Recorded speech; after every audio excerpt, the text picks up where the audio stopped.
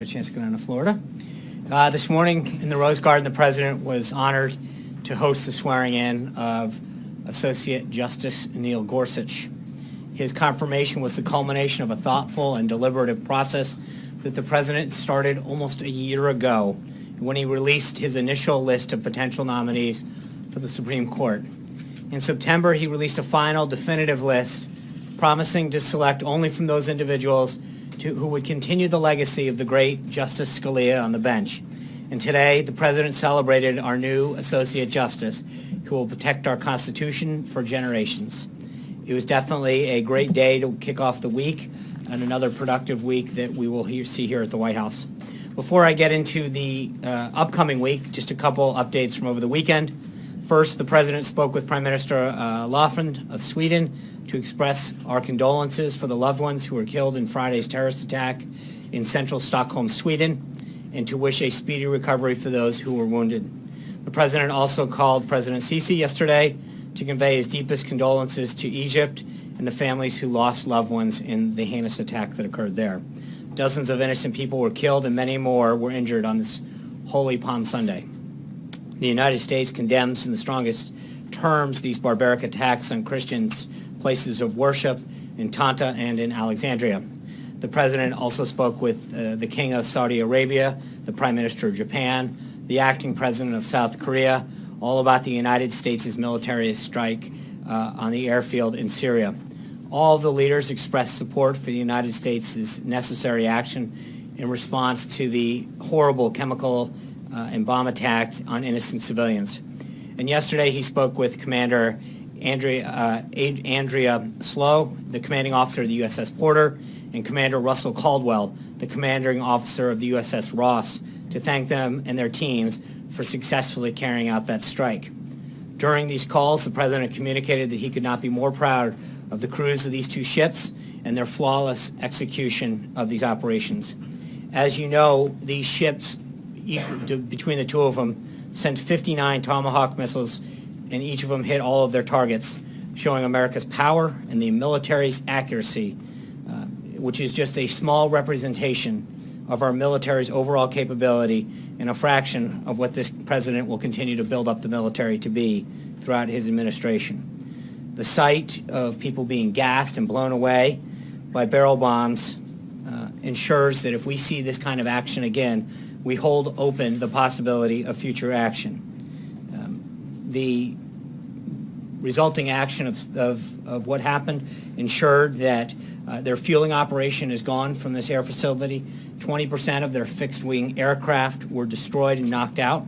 And I think by all measures, the world and domestic reaction was highly laudable for the President's action.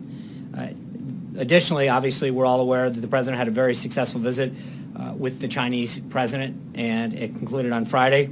As you've read, one of the most significant developments from these discussions was the agreement to create a 100-day initial plan, hopefully with some tangible near-term deliverables to lead to a more balanced economic relationship between our two countries.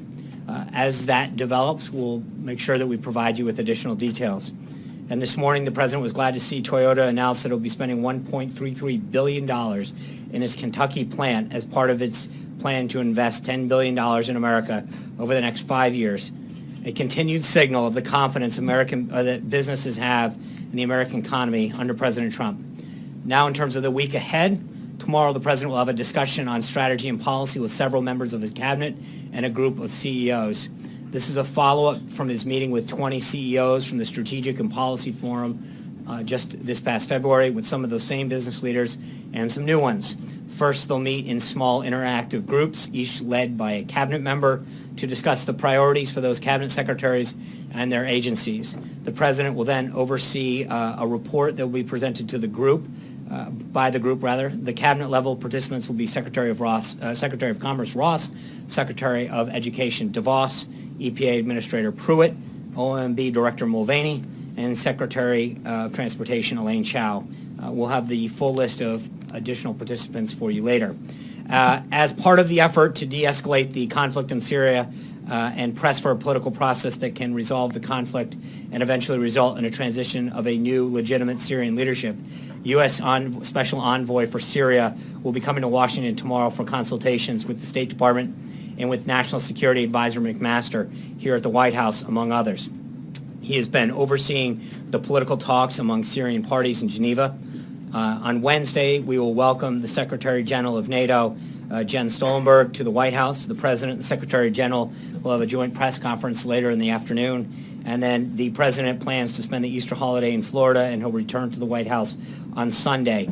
As the President noted today, as we hit day 81 in the President's administration, we have done so many great things, including nominate and confirm a Supreme Court justice, roll back more regulations than any president in modern times, rolled back the Obama-era war on coal, oil, and natural gas, restored confidence in the economy.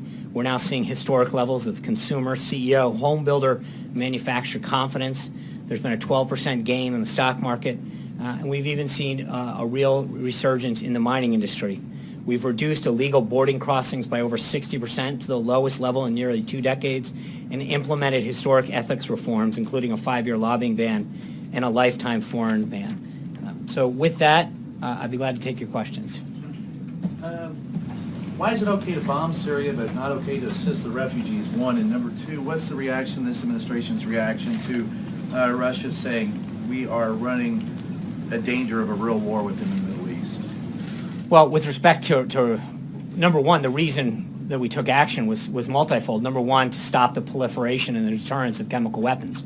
When you see mass weapons of destruction being used, it should be a concern to every nation, especially our own people.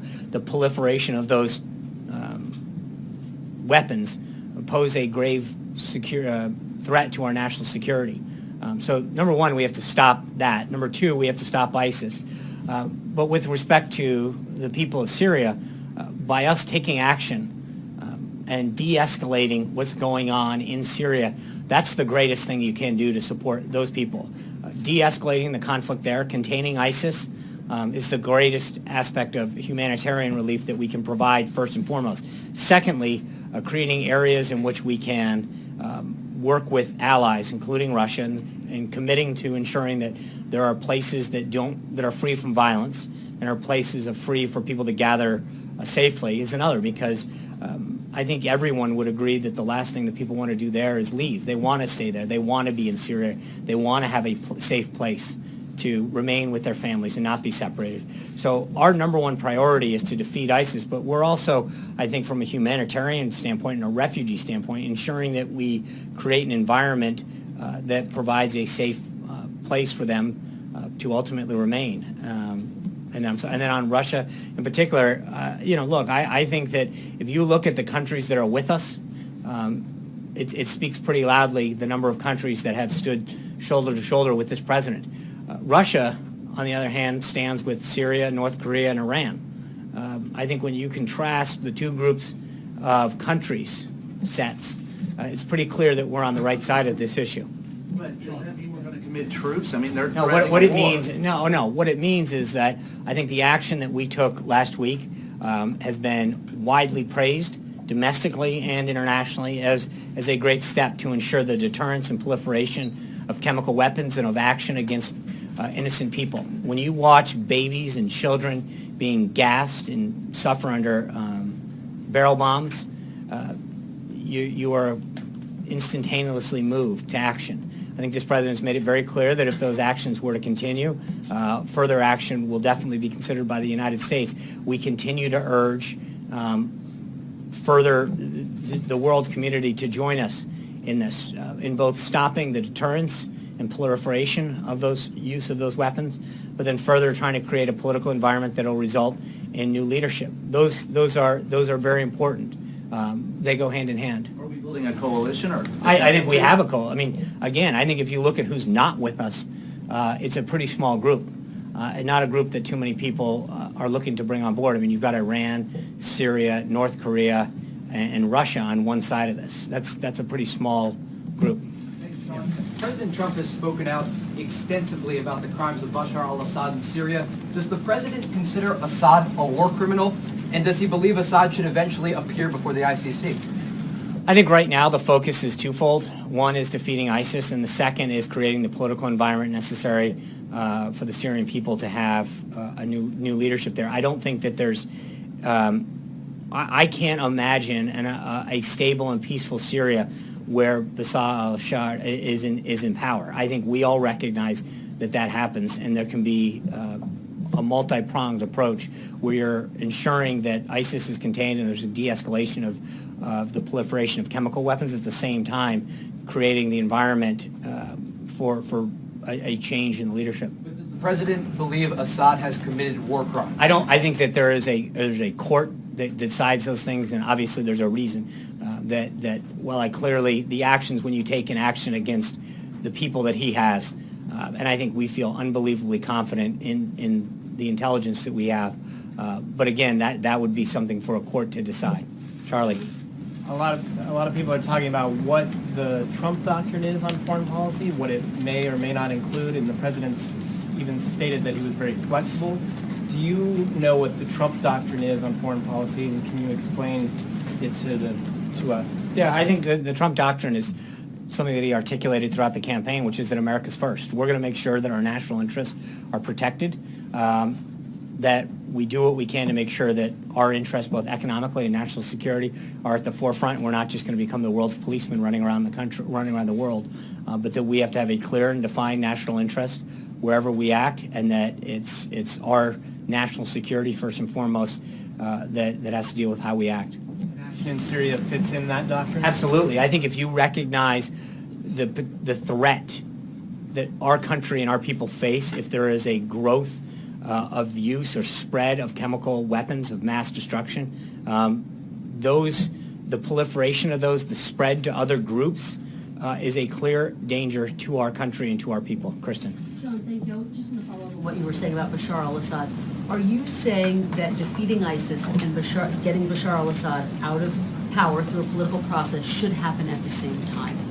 I think, I'm not trying to how you sequence them, but I don't think they're mutually exclusive. I don't think that you have to do one other than others, but I think they kind of go hand in hand. As you reduce ISIS's strength, as you de-escalate the conflict in Syria, the political environment to remove him becomes stronger and stronger. And just to be clear, Secretary Tillerson over the weekend said we can navigate a political outcome in which the Syrian people will determine Bashar al-Assad's fate and his legitimacy.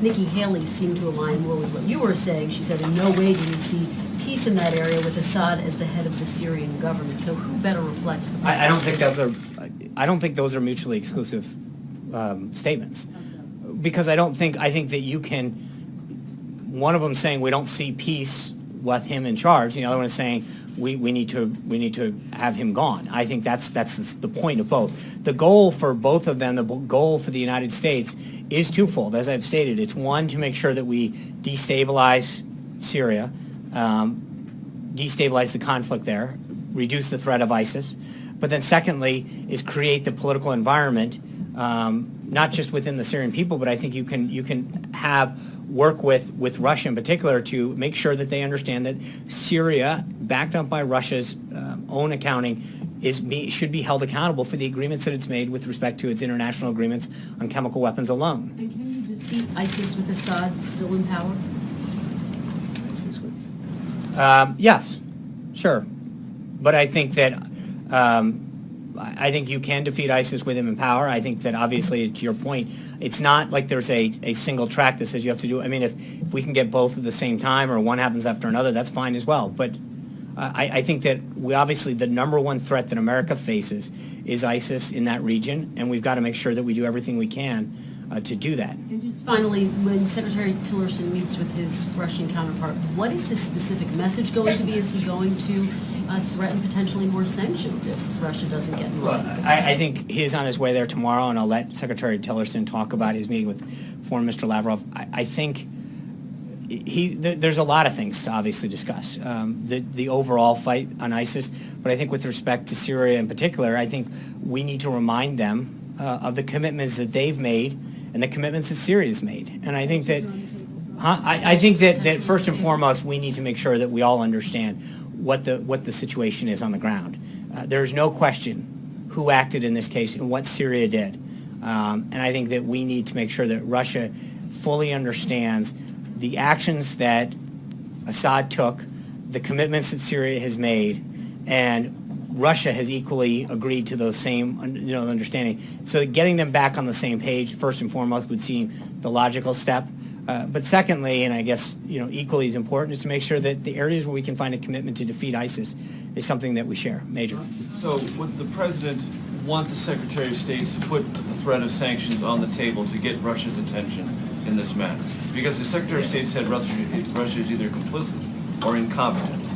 What does the President believe Russia actually is in this matter? Well, look, we'll have plenty of time to discuss how those talks go. I don't want to, the one thing the President's been very clear on from the get-go is he doesn't like to telegraph all the cards that he has. I think he wants to see how that conversation goes with Secretary Tillerson. If we can get them to agree to commit to action on defeating ISIS, get them. Well, I think that's what they're going to have a discussion about. I think that we need to see what goes beyond rhetoric and what goes where that talk starts and what they're willing to commit to in action. I think that's important. To get ahead of this right now before they meet is not something I want to do. I'd like to let Secretary Tillerson meet with Lavrov, have that conversation, and then report back. Jen? Yeah. More quickly about the White House itself. What is the President's perspective on the ability, the current ability of his senior advisors to resolve their ideological differences, resolve their personality differences, and work as a team? He's very confident in that. Because this is the same group with the same ideologies, the same strengths. They came together for a common purpose to win a campaign. There is an unbelievably talented team at the senior level and at the mid-level and frankly all the way down to the bottom level of this administration that is committed to the President's agenda. I said this multiple times throughout the transition, that everybody that came into this administration, while they might have a personal view or an action on an issue, they understand and understood and understand the President's vision and agenda. And their goal of coming into this was to understand, first and foremost, that it is the President who made pledges and promises to the American people about the direction he'd take this country and the actions he's taken. And he is doing that, and I just read off a series of them in terms of the judges that he's appointing, the Congressional Review Act pieces of legislation that he signed, the executive orders. When you look at the actions that he's taken and the results that he's getting, 60% down on the border, nobody would dispute the fact that immigration was a hot topic during this campaign. And the President's actions are seeing results. And I think you're seeing it both on the market and on our national security front. So he understands that we have some pretty smart, talented individuals who are opinionated on a lot of subjects, but that our battles and our policy differences need to be behind closed doors. We need to focus and ultimately all come out committed to advancing the President's agenda. But he is completely aware of the talent that he has, and that's part of the reason that he's brought this team together is because of the talent and successes and accomplishments they've had on a variety of backgrounds, and he fully believes that they're going to continue to push forward to advance his agenda. Philosophy that led him to have or order this meeting on Friday where the two principals, Bannon and Jared Kushner, were essentially told by the President, cool this and get along and get on the same page. Well, look, I think there's a lot of stuff that was overblown about this that makes it out into the media sometimes and gets a little bit more sensational than it truly is. But I think the President's obviously very pleased with the last week that he's had and the accomplishments, especially on the foreign policy front. I think we had an unbelievably helpful and productive meeting with the Chinese. His meeting with King Abdullah was unbelievable, and he's continued to have very strong foreign policy wins in terms of the relationships that we're making with other heads of state. The attack on Syria won not just bipartisan praise here at home, but world praise. And I think that he recognizes that sometimes some of this spills over these policy differences and discussions, and he's made sure that the focus stays on advancing the agenda. So, Sean, thanks. Yeah. If you're saying one of the priorities is to see a regime change in Syria, how far is the president willing to go to see Bashar al-Assad out of power there? So, just to be clear, I don't think you can't imagine a stable and peaceful Syria with Assad as in charge. I don't think that's a scenario that's possible.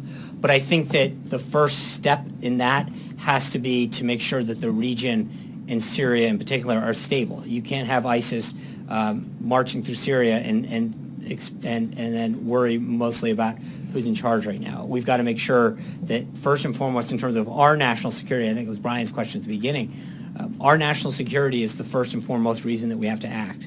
And as ISIS is proliferating and chemicals of mass destruction are on the rise there, we've got to contain that. Then once that's done, I think we can apply political, economic, and diplomatic pressure for regime change. Now they can work in tandem. I'm not trying to, but the bottom line is the first priority is still the containment of ISIS and the conflicts that are occurring. And is the red line, just to clarify, the red line for this White House chemical warfare, is conventional warfare enough to get the president to go further there than this White House has gone before? Look, I think the president has been very clear that there are a number of lines that were crossed last week. He's not going to sit down. We saw that in the last administration. They drew these red lines, and then the red lines were run over. I don't think you're going to see the same play. I think what not just Syria, but the world saw last week is a president that is going to act decisively and proportionally and with justification when it comes to actions like that. I mean, and I will tell you, the answer is that if you gas a baby, if you put a barrel bomb in to innocent people, I think you will see a response from this president. That is unacceptable. And I think the rest of the world. I think, look, one of the things that I don't want to start doing, Cecilia, is say, if you do this, this is the reaction that you're going to get. The president's made very clear throughout his time in the campaign, through the transition and now as president, that he's not going to telegraph a response to every corresponding action, because that just tells the opposition or the enemy what you're going to do and whether or not that response is worth taking. The president's going to be very clear that he's going to keep his cards close to the vest, but make no mistake, he will act. John. Thanks a lot, Sean. I wanted to ask you about the reaction that the president took in terms of military involvement last week. You said in your statement that all 59 of those cruise missiles hit their intended target, and yet we're seeing reports that that military airbase in Syria continues to be used by the Syrian military. Yeah. Given that, how can you consider that particular mission a success?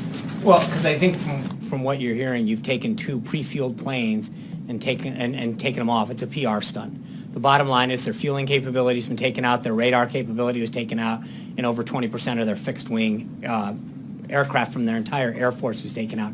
Their ability to operate successfully out of that airbase is gone. Like I said, they as a PR stunt, they took some pre-fueled planes, pushed them over to make it look like nothing is. But make no mistake about it, their radar capability is gone, their fueling capability is gone, and a good chunk of their aircraft is gone. That's a huge success. John Gizzi. I just want to ask you one other question. Okay. Following up on what Major Garrett asked, sort of about these reports of a shakeup at the White House. There have been various reports that the Deputy National Security Advisor, K.T. McFarland, is stepping down from that post. She'll take on the post of U.S. Ambassador to Singapore. Can you confirm that? And what's behind that particular move, if indeed that's the case? I appreciate it. Look, I've said many times before that we're not going to get into personnel announcements until they're ready to announce. I would say that two points on that. One, when General McMaster was announced, it was pretty clear. We said it at the time. You all asked the question whether or not he would have the ability to shape the National Security Council in his liking with the president's concurrence. I think you've pretty much seen that was an accurate statement at the time, and it continues to be now. And General McMaster has the president's confidence to ensure that our National Security Council is shaped in a manner that best serves the President of the United States in every way, shape, or form. Secondly, to your point, I think the staff said it over the weekend, I'll reiterate it, the only thing that's being shaken up in Washington right now is Washington. I think this president continues to show that he's going to be a disruptor and do things differently and bring real change to Washington. John Gizzi. Thank you, Sean. Two questions. First, the previous administration was in touch with the Assad opposition and gathered conclaves of different groups, including the Free Syrian Army. Is this administration in touch with the same anti-Assad forces? political and military. Yeah, I'm not going to go into details on what we're doing and who we're talking to. I think that's obviously didn't prove too successful last cycle, the last administration in terms of regime change. So I'm going to not get into telegraphing what we're doing and how we're doing it. On the domestic front, Congressman Ron DeSantis wrote the president just last week to call in very strong language for him by executive order to end what he calls the OPM rule of 2013. That was an executive order, of course, that undercut the Affordable Care Act's amendment saying that members of Congress and their staff could not get health care and special subsidies unlike any other American. And he said, as soon as that is eliminated, Congress will move faster because they and their staff will not have special treatment. Is the president going to use his pen and get rid of the OPM order? I'll have to look at that. I know Secretary Price has been dealing with a lot of, I know that's an OPM order. Secretary Price has been reviewing all of the necessary implementation documents and orders with respect to Obamacare. I know that he's working with Director Mulvaney. Director Mulvaney, I anticipate, will be here with you guys at some point, probably tomorrow, to talk about some reorganizing of government. That might be an appropriate time to talk to him specifically about that. Dave. Thanks, Sean. The list of judges that the president put out last year saying these are the people I would consider nominated, they referred to earlier. In the end, Democrats still tried to filibuster Judge Gorsuch. Right. So what difference from that perspective did putting out that list make in the end? That's a great question. I think what it showed first and foremost is the president kept his word. The president put out a list of people and campaigned on it and said, if you elect me, these are the type of justices that I will choose from. And they are originalists.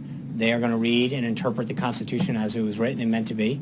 And I think the American people, in a lot of cases, if you look at exit polling, voted for him in a lot of cases because of that. I think it shows that, again, whether or not you disagree or agree with the president, sometimes philosophically, he gets high marks for keeping his word. I think that means a lot, that he went out on a number of topics, including the type of justice that he would appoint, put it before the American people, allowed them to vote up or down at the ballot box, and it's an affirmation of the kind of justice that he wants. But it's also a continuation to know that the president is going to be someone who makes a pledge to the American people and keeps it. He's going to obviously have other federal judges to nominate, maybe Hope Supreme so. Court judges. What else has he? What else did this process teach him? Anything? Well, I think from a political side, it was pretty obvious that you can disagree with Judge Gorsuch's judicial philosophy. But I think by every standard, he was a very highly qualified justice. The American Bar Association rated him their highest. The people who have worked for him in the past, his judicial record in terms of the number of cases where he was in the mainstream and Democratic appointees sided with him. And I think it basically showed the president that trying to work with Senate Democrats wasn't really, was somewhat of a futile task. That these were people that made up their mind by and large, regardless of who the person was, and we're going to vote it down. That would probably be the biggest lesson. But it also shows that when you've got the right individual, you've got someone who's eminently qualified, we're gonna succeed in getting them done. Blake. Let me turn your attention to tax reform real quick, and I've got a few. There's a report out there that says the president has basically gone back to the drawing board as it relates to taxes. Yeah. Is that accurate, or No. does he still, what he put out there on the campaign trail, is that still the backbone of what he wants to see get done? Yeah, I mean, that's the backbone, but I think that what you're seeing is us going through this process of his economic team, everyone from Secretary Mnuchin to Secretary Ross to Gary Cohen and others sitting down internally and beginning that process of meeting with groups that have been advocating for tax reform since 1986, kind of the ink on that one dried, and starting to meet with outside groups, industry groups, individuals, members of Congress, to get their input. This is going to be a major undertaking, and I think we want to make sure that we listen, have their ideas and their input as we move forward. But this is the beginning phases of that process. You mentioned Gary Cohen. He said on Friday that there's been this August deadline that Steve Mnuchin and others have talked about, and Friday Gary Cohn suggested that August might not be the deadline. Is this timeline getting pushed at this point? Well, it's not getting pushed. I think it's just getting, obviously that still would be a great opportunity before they leave for August recess, but we're going to make sure that we do this right, and we do it with the input of all of the individuals, groups, and members of Congress that have had a long time interest in doing this. And it is a big deal, right? You've got the ability for our businesses and industries to be more competitive in the global market, and then you want to make sure that you're providing middle-income tax relief that creates economic growth throughout the country. So Americans are filling out their tax reforms right now for 2016. This time next year, they're going to fill it out for 2017. Will they have a 2017 tax cut this time next year? I think middle-income Americans, I hope, have a tax cut by then. Jeff. Sean, during the campaign. Sorry, it's... That. I know. You go next. Then Careful with that. Then candidate Trump was pretty critical, or excuse me, was pretty complimentary of President Putin. Now, after seeing how Russia has reacted in Syria, what's the view of President Putin now? I think it's always been the same, respectfully, which is that if we can get a deal, we have a shared interest in, particularly in the area of ISIS. And if we can defeat them, and if we can work with them on a plan to defeat them, then we're going to do it. But he's also said, and I think sometimes people cut off part of the quote, which says, and if we can't work with them, then okay.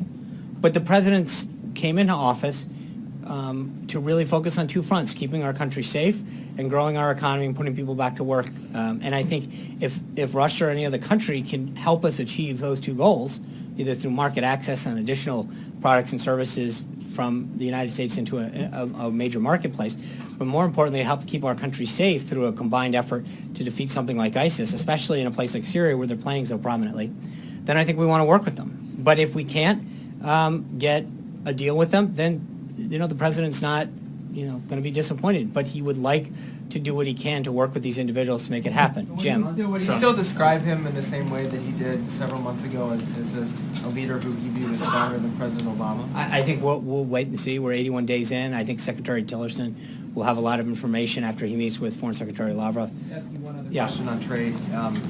You mentioned the 100 days agreement that the President and President of China agreed on.